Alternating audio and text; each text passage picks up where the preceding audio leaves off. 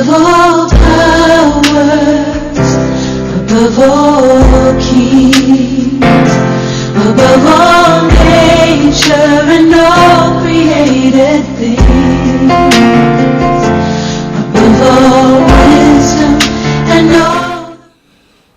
Très chers bien-aimés dans le Seigneur, nous sommes très heureux de vous savoir nombreux devant vos petits écrans pour suivre votre aimable émission L'espace des surnaturels. L'espace des surnaturels, c'est une émission qui fait la fierté du nom de Jésus-Christ. Et l'espace des surnaturels, c'est une émission qui nous aide à comprendre certaines choses, donc sur le plan biblique. Et l'espace des surnaturels, c'est une émission qui est présentée par votre humble serviteur, le prophète Stéphane Kalenda Wanyembe. En ce jour, nous avons un sujet très important que nous allons aborder ensemble.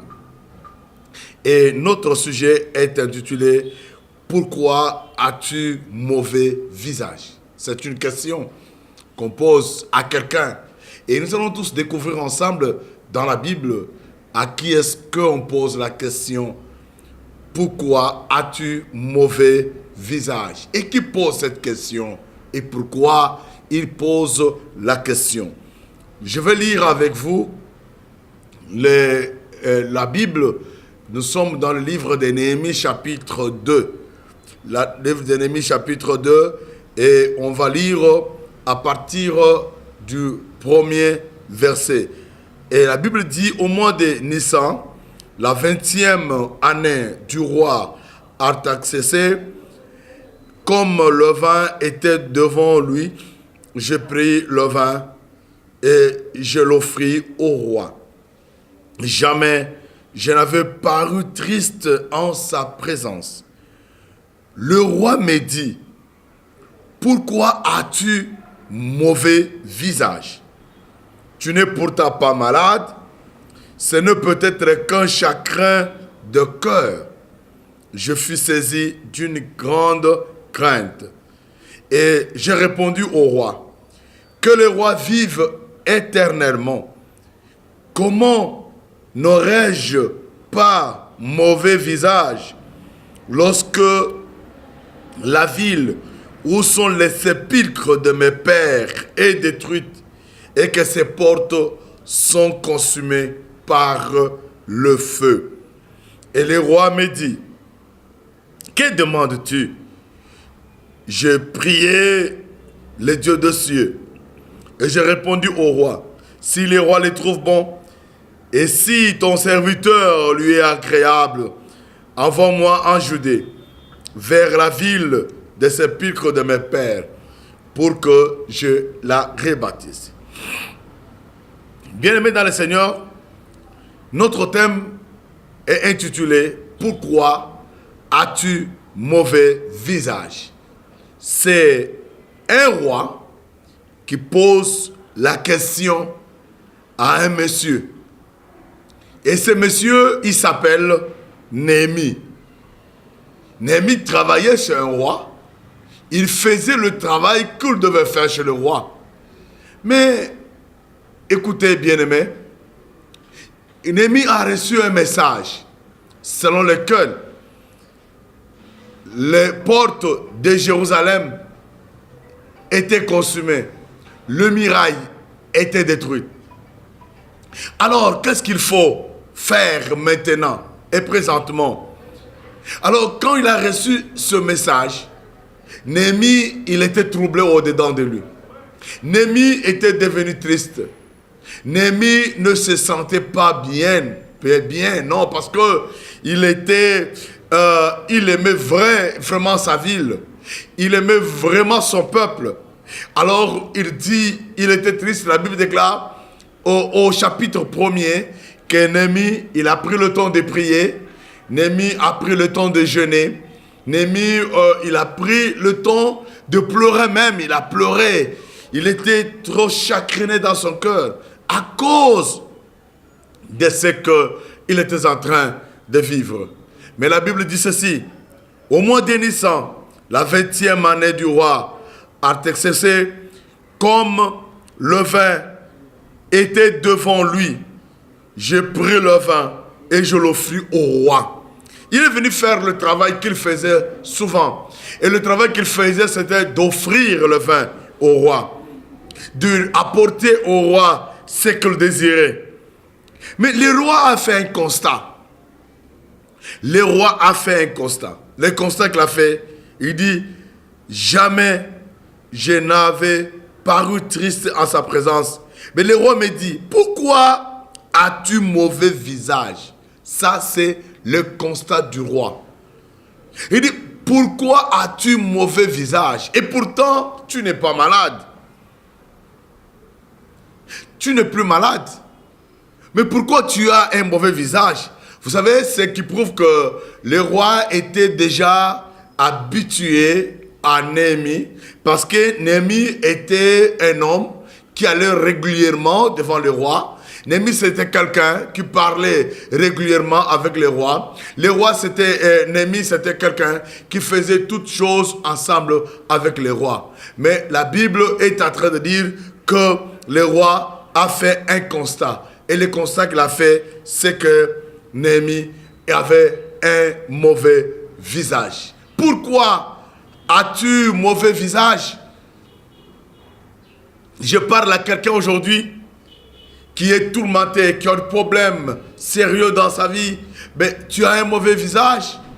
Mais le roi te pose la question, pourquoi as-tu mauvais visage? Pourquoi as-tu mauvais visage? Parce que il faut savoir que c'est important quand on regarde l'homme, on regarde la façon qu'il est, la façon qu'il se présente devant son chef. Le vrai chef, il connaît vraiment son ouvrier. Il dit non, cet homme vraiment en lui, donc il y a un problème. Il dit, ce n'est peut-être qu'un chagrin de cœur. Et il est chagriné dans son cœur. Il a des problèmes. Vous savez, quand quelqu'un a des problèmes, vous allez voir d'abord son attitude, sa façon d'être. Donc, sur le plan psychologique, vous allez comprendre que ce monsieur, il n'est pas dans un bon état. Ce monsieur, il ne se sent pas bien. Ce monsieur est malade. C'est quand quelqu'un est malade, vous savez découvrir qu'il est malade. Si quelqu'un a un problème, vous savez découvrir qu'il a un problème. Parce que vous allez voir qu'il va paraître triste. C'est comme ça avec le roi. Il a constaté. Alors, la Bible dit, je fus saisi d'une grande crainte. Néhémie fut saisi d'une grande crainte. Mais le problème était en Néhémie. Il avait le chagrin dans son cœur. Il pleurait à cause de ses frères, à cause des murailles de Jérusalem qui étaient détruites, à cause de ses portes qui étaient consumées. Alors, quand il a reçu cette nouvelle, il dit non. Pourquoi ces choses? La Bible déclare qu'il a prié, il a pleuré devant le Seigneur. Donc, il est allé vers le roi. Et quand le roi lui pose la question, il est répondu au roi. Que le roi vive éternellement. Comment n'aurais-je pas mauvais visage lorsque la ville où sont les sépulcres de mes pères est détruite et ses portes sont consumées par le feu? Vous voyez, ce qui a fait à ce que Néhémie soit triste, ce qui a fait à ce que Néhémie puisse avoir une attitude contraire à l'attitude avec laquelle il se présentait devant le roi. Il dit au roi, vis éternellement. Comment n'aurais-je pas mauvais visage lorsque la ville où sont les sépulcres de mes pères est détruite et que ses portes sont consumées par le feu? Vous savez, peuple congolais bien-aimé dans le Seigneur, je voudrais vous dire une chose, qu'il y a certaines personnes, quand ils voient la ville détruite, ils sont dans la joie. Mais il y a d'autres qui voient quand il y a des problèmes même en RDC, ils sont dans la joie. Ils se réjouissent, ils veulent qu'il y ait la guerre, ils veulent que l'on puisse détruire tout. Et pourtant, nous devons avoir l'attitude qu'avait Néhémie. Et l'attitude qu'avait Néhémie, c'était l'attitude de la tristesse, du chagrin. Il s'est présenté devant le roi avec un mauvais visage. Il n'avait pas un visage qui était joyeux, non. Mais il avait un visage triste, parce qu'il était triste à cause, bien-aimé, de sa ville qui était détruite et ses portes étaient consumées. Vous savez, quand on parle de la ville ici, je peux remplacer cette ville avec ta ville. Je peux remplacer cette ville avec ton pays. Je peux remplacer cette ville avec ta famille. Je peux remplacer cette ville avec ta maison. Quelle est l'attitude que tu peux avoir lorsqu'on t'apprend que dans ton pays il y a la guerre? Quelle est l'attitude que tu peux donc avoir lorsqu'on t'apprend qu'il y a une crise dans mon pays? Quelle est l'attitude que tu peux avoir lorsqu'on te dit que dans notre famille, il y a des problèmes? Dans notre famille, donc il y a la sorcellerie. Dans notre famille, il y a ceci ou cela. Quelle est l'attitude que tu peux prendre? Est-ce que tu es dans la joie? Parce que l'attitude qu'avait Néhémie, c'était une attitude déterminative. Une attitude qui pouvait permettre à Néhémie de pouvoir s'élever pour faire quelque chose. Et c'est cette attitude qui lui avait donné même la décision de s'élever pour aller rebâtir les murailles de Jérusalem. Mais il s'est présenté devant les rois. Quand les rois remarquent ça, ils constatent et ils lui en parlent. La Bible dit qu'elle fut saisie d'une grande crainte. Parce que donc le roi avait vu, le roi avait constaté cela. Bien-aimé dans le Seigneur, l'attitude que tu as représente quoi? L'attitude que tu montres représente quoi? C'est à cause de ta vie? C'est à cause de ce que tu es en train de contempler? Ou c'est à cause de ta marche? Regarde Néhémie, il avait une attitude. Et cette attitude, c'était un mauvais visage qu'il a présenté devant le roi. Et le roi a constaté. Il a dit au roi, la ville où sont les sépulcres de mes pères est détruite et que ses portes sont consumées par le feu. Par le feu. C'est consumé par le feu. Ses portes sont consumées par le feu. La ville est détruite. Et c'est quelle ville? C'est la ville dans laquelle se trouvent les sépulcres de mes pères. Il devait avoir tout intérêt d'aimer sa ville. Je veux dire à quelqu'un, toi qui n'aimes pas ton pays, toi qui n'aimes pas ta ville, il faut savoir qu'un jour tu seras jugé. Parce qu'il n'y a que ce pays que Dieu nous a donné. Vous savez, frère, je peux vous dire que j'aime la RDC. Moi, Stéphane, j'aime vraiment la RDC. Parce que c'est l'unique nation que Dieu m'a donnée.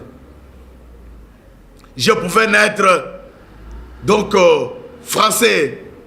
Je pouvais naître ougandais. Je pouvais naître zambien. Mais Dieu a dit, il faut que je puisse naître dans cette partie de la terre qui s'appelle la République démocratique du Congo. Et je dois aimer mon pays. Je dois vraiment avoir donc de l'amour envers mon pays. Je dois travailler pour mon pays. Je dois contribuer au développement de mon pays. Je dois voir l'heure triste lorsque j'apprends que rien ne marche dans mon pays. Je dois voir l'heure triste. Je ne dois plus me réjouir. Non. Laissez-moi te dire, mon frère. Laissez-moi te dire, ma soeur. Tout ce que tu es en train de voir, est-ce que cela te fait la joie? Ou soit tu te sens triste à cause de ce qui se passe. Mais je veux vous dire, frère, que l'Éternel, quand il nous a appelés, il nous a choisis dans ce monde, il nous a appelés dans ce monde, il nous a appelés dans une partie de la terre où nous sommes, où nous nous retrouvons. Dieu nous a placés dans une famille. Toi et moi, chacun vient de sa famille. Et quand tu apprends que ta famille là, elle est détruite, quelle est ton attitude? Es-tu dans la joie ou as-tu la tristesse à cause de la situation désastreuse que tu es en train de vivre dans ton pays? Voilà, bien-aimé dans le Seigneur, cet homme était triste. Cet homme, il avait un mauvais visage. Mais le roi l'a remarqué. Il a commencé à parler au roi. Et il lui a démontré tout ce qui s'est passé. Donc à Jérusalem. Mais il fallait rebâtir les murailles de Jérusalem. Vous savez, si vous lisez bien la Bible, vous continuez avec ces versets. Dieu a mis à cœur Néhémie, afin que Néhémie puisse aller rebâtir les murailles de Jérusalem. Il a parlé avec le roi. La Bible déclare, et le roi me dit, que demandes-tu? J'ai prié les dieux de cieux. Et j'ai répondu au roi, si le roi le trouve bon, et si ton serviteur lui est agréable, envoie-moi en Juda, vers la ville de sépulcre de mes pères, pour que je la rebâtisse. Je vous ai dit qu'il avait une attitude déterminative. Il était déterminé à faire quelque chose. Nous ne sommes pas de ceux qui détruisent, mais nous sommes de ceux-là qui bâtissent. Il faut être parmi ceux-là qui peuvent bâtir que ceux-là qui peuvent détruire. Parce que vous savez, il y a certaines personnes qui ont la mission seulement de détruire. C'est ça la mission du diable. Si vous lisez la Bible, dans le livre de Jean, chapitre 10, verset 10, que les voleurs ne veulent que pour dérober, égorger et détruire. Tout celui qui a la mission de détruire, donc c'est le diable. Tout celui qui vient pour détruire, tu viens pour détruire ton pays, tu viens pour détruire donc ta maison, tu viens pour détruire donc ta famille, tu viens pour détruire même ton quartier, tu viens pour détruire même ton entreprise, tu détruis. Donc c'est la mission du diable. Son travail, c'est de détruire. Vous voyez? Mais Néhémie n'était pas parmi ces gens-là. Néhémie était parmi ceux-là qui pensaient que moi, avec l'ordre du roi, je peux aller pour rebâtir le muraille de Jérusalem.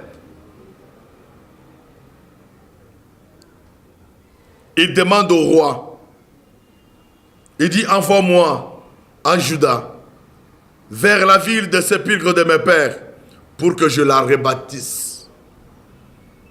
Pour que je la rebâtisse. Il avait une détermination bien-aimée. Vous savez, la reconstruction, ça peut se faire avec une seule personne. Parce que c'est une seule personne qui peut avoir la vision de faire quelque chose. Une seule personne peut avoir la vision de construire. Une seule personne peut avoir la vision de bâtir. De reconstruire, de rebâtir. Une seule personne. Je vais dire à quelqu'un qui me suit aujourd'hui, si je parle à un ennemi ce matin, que toi là tu peux rebâtir même ta famille. Toi là tu peux rebâtir même ton pays. Toi là tu peux rebâtir même ta ville. Toi là tu peux rebâtir tout ce que tu peux faire, les choses que le monde n'est pas à mesure de faire. Parce que tu as la capacité de faire. Laissez-moi te dire, bien-aimé dans le Seigneur, que avec le mauvais visage qu'il avait, alors la Bible déclare, il est allé, il a parlé avec le roi. Et quand il a parlé avec le roi lui a dit, demande-moi ce que tu veux me demander. Que demandes-tu? Que veux-tu? Qu'est-ce que tu désires? Qu'est-ce que tu cherches? Oh, bien-aimé dans le Seigneur. Mais lui a manifesté son désir. Vous savez qu'il y a beaucoup de gens qui ont des problèmes, mais ils ne savent pas exprimer. Quand tu as un problème, ne le cache pas. Quand tu as un problème, ne le garde pas. Mais il faut manifester ce que tu as comme désir. Parle avec celui avec qui tu veux parler, afin que tu trouves la solution. N'ayez pas peur de gens. Ne craignez pas de gens.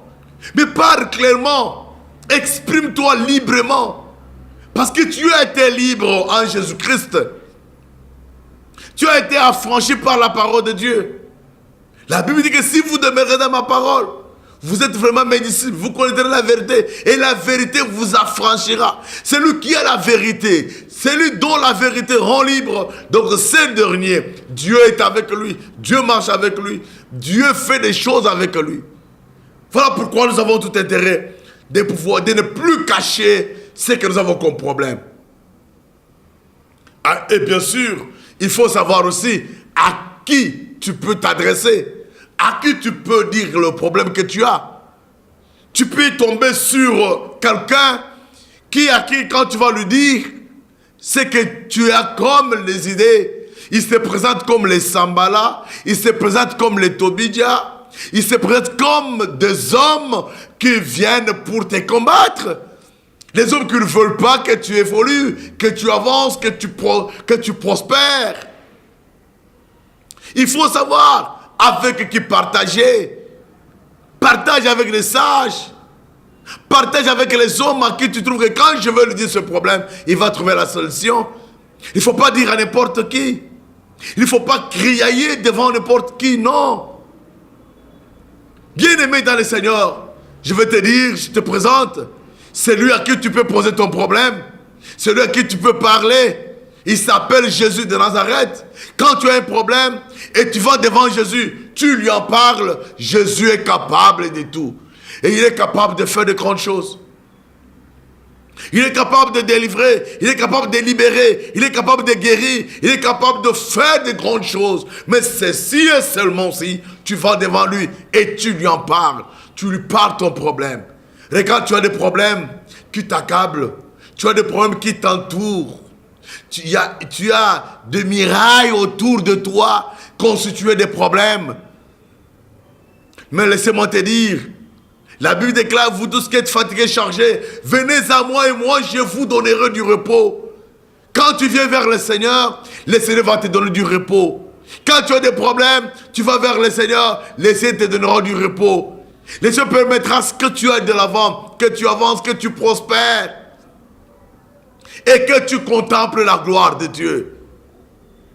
Écoute frère, un seul nom a été donné dans les cieux, sur la terre et en dessous de la terre.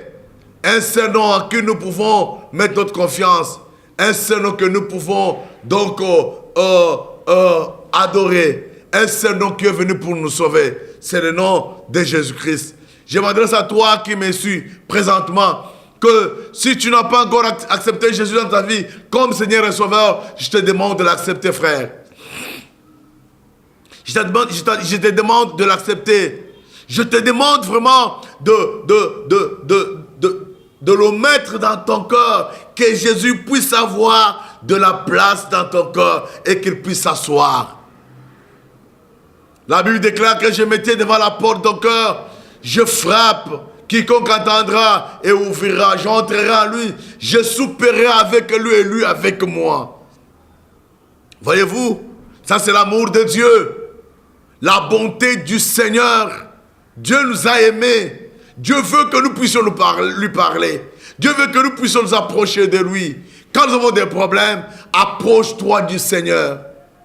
Approche-toi de Jésus et il te donnera la solution à ton problème. Tu auras vraiment la solution à ton problème. Lorsque tu t'accroches à lui, lorsque tu t'accroches à Jésus, tu t'accroches à la parole de Dieu. C'est inutile, bien-aimé, d'avoir trop de pensées. C'est inutile de s'attirer des maladies par des soucis.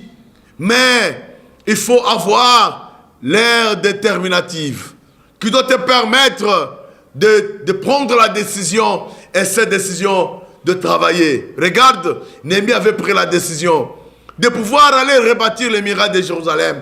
Et quand le roi a constaté, il lui demande, il dit non roi, il faut que je puisse partir pour rebâtir les murailles de Jérusalem. Permettez que j'aille en Juda, que j'y aille, afin que je puisse que je puisse faire ou bien rebâtir les murailles de Jérusalem. Vous savez frère, vous savez ma soeur, si vous pouvez accepter de donner votre vie au Seigneur, Jésus peut faire encore beaucoup de grandes choses dans votre vie. Il peut marcher avec vous et il peut réaliser beaucoup de choses en toi.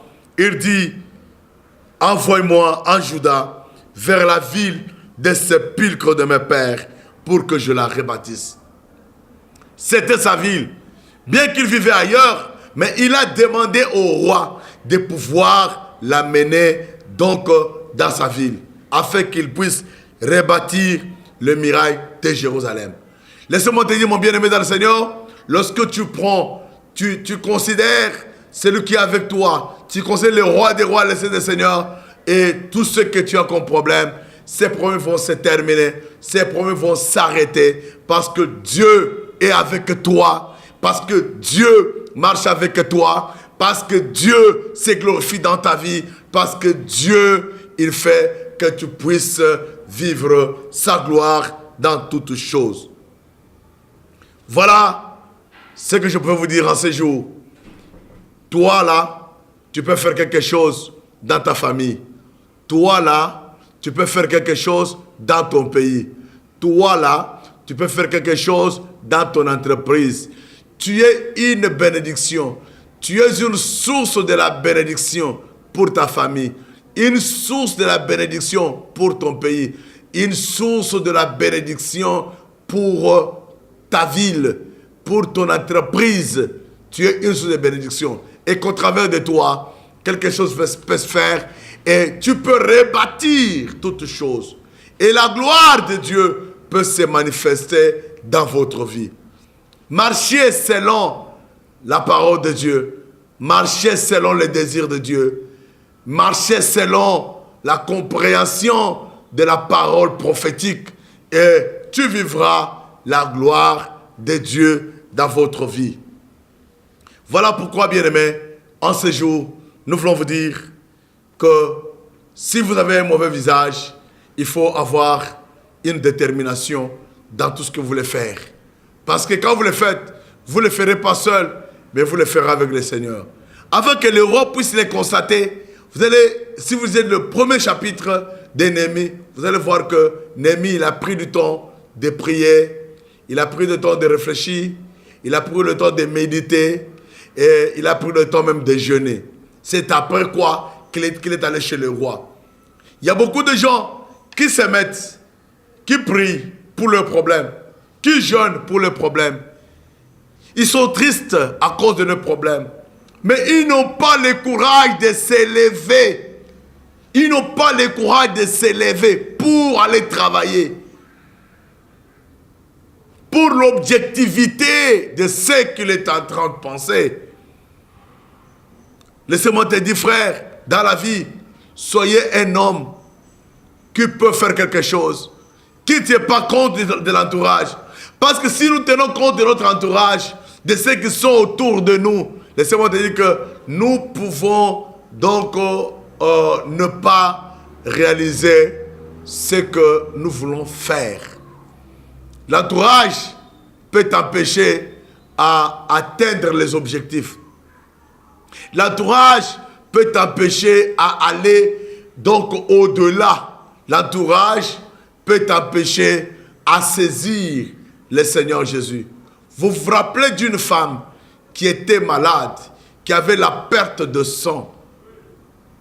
Cette femme, elle a vu Jésus-Christ dans la foule. Jésus en train de marcher. La femme là a dit, si je touche seulement le pont de son vêtement, je serai guéri. Elle a fait tout. Autour de Jésus, il y avait la foule. Il y avait les apôtres, il y avait les disciples autour de Jésus. Mais cette femme a fourni un effort. Elle a fourni un effort pour qu'elle arrive là où était Jésus et qu'elle touche le pan de son vêtement. Et quand elle a touché le pan du vêtement de Jésus, la Bible déclare, le sang s'arrêta. Et Jésus a crié, il y a quelqu'un qui m'a touché. Les disciples disent, oh mais Seigneur, autour de toi il y a beaucoup de gens qui te touchent. Non, il y avait quelqu'un qui l'avait touché d'une manière spéciale. Quelqu'un qui avait touché Jésus d'une manière exceptionnelle. C'était la femme qui avait la perte de sang. Elle était venue avec la détermination. Il dit, quand je toucherai le pan de son vêtement, je serai guéri, même s'il ne dit pas un mot. Vous comprenez? Il faut avoir la détermination dans la vie. Ce que tu penses faire, fais-le. Marche avec le Seigneur. Sois dans le même chemin avec le Seigneur Jésus-Christ et tu contempleras sa gloire. Que Dieu vous bénisse. Nous allons continuer prochainement avec le même thème pour que nous puissions voir la marche de Néhémie et comment il est parvenu à réussir. Je voudrais prier pour toi. Toi qui nous as suivis aujourd'hui, toi qui avais prêté l'attention au message d'aujourd'hui, ce message est à toi. Je voudrais que la main puissante de mon Dieu repose sur toi. Père très saint, au nom de Jésus-Christ de Nazareth, je te recommande mon frère qui a un mauvais visage en ce jour. Mon frère qui est tourmenté par des différents problèmes. Mais Seigneur notre Dieu, je sais que toi tu es le Dieu capable de faire beaucoup de grandes choses dans sa vie. Toi tu es capable d'opérer de grands miracles dans sa vie.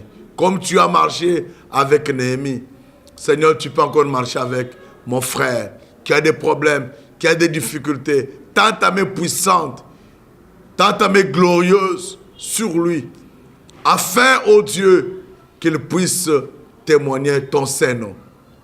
Il n'a pas prêté son attention pour rien, mais c'est pour obtenir quelque chose qui vient de toi.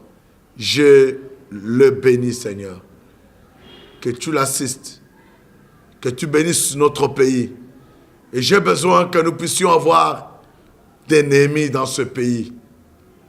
Les Néhémies dans ce pays, ceux-là qui ont besoin et qui souhaitent toujours le bonheur de ce pays. Et non pas le prophète des malheurs. Et non pas ceux-là qui viennent pour maudire le pays, mais ceux-là qui bénissent ce pays. Nos familles, ô Dieu, sont, ô Père de gloire, aussi des villes pour nous, Seigneur. Et je prie pour la famille de chacun de nous. Que celui qui m'a suivi aujourd'hui soit un ennemi pour sa famille, qu'il soit homme, qu'il soit femme, qu'il soit enfant, jeune, vieux. Mais je te déclare aujourd'hui, Néhémie pour ta famille. Je le déclare ainsi au nom de Jésus-Christ. Que mon Dieu vous bénisse et que Dieu soit avec vous. Au nom de Jésus-Christ. Amen. Ciao.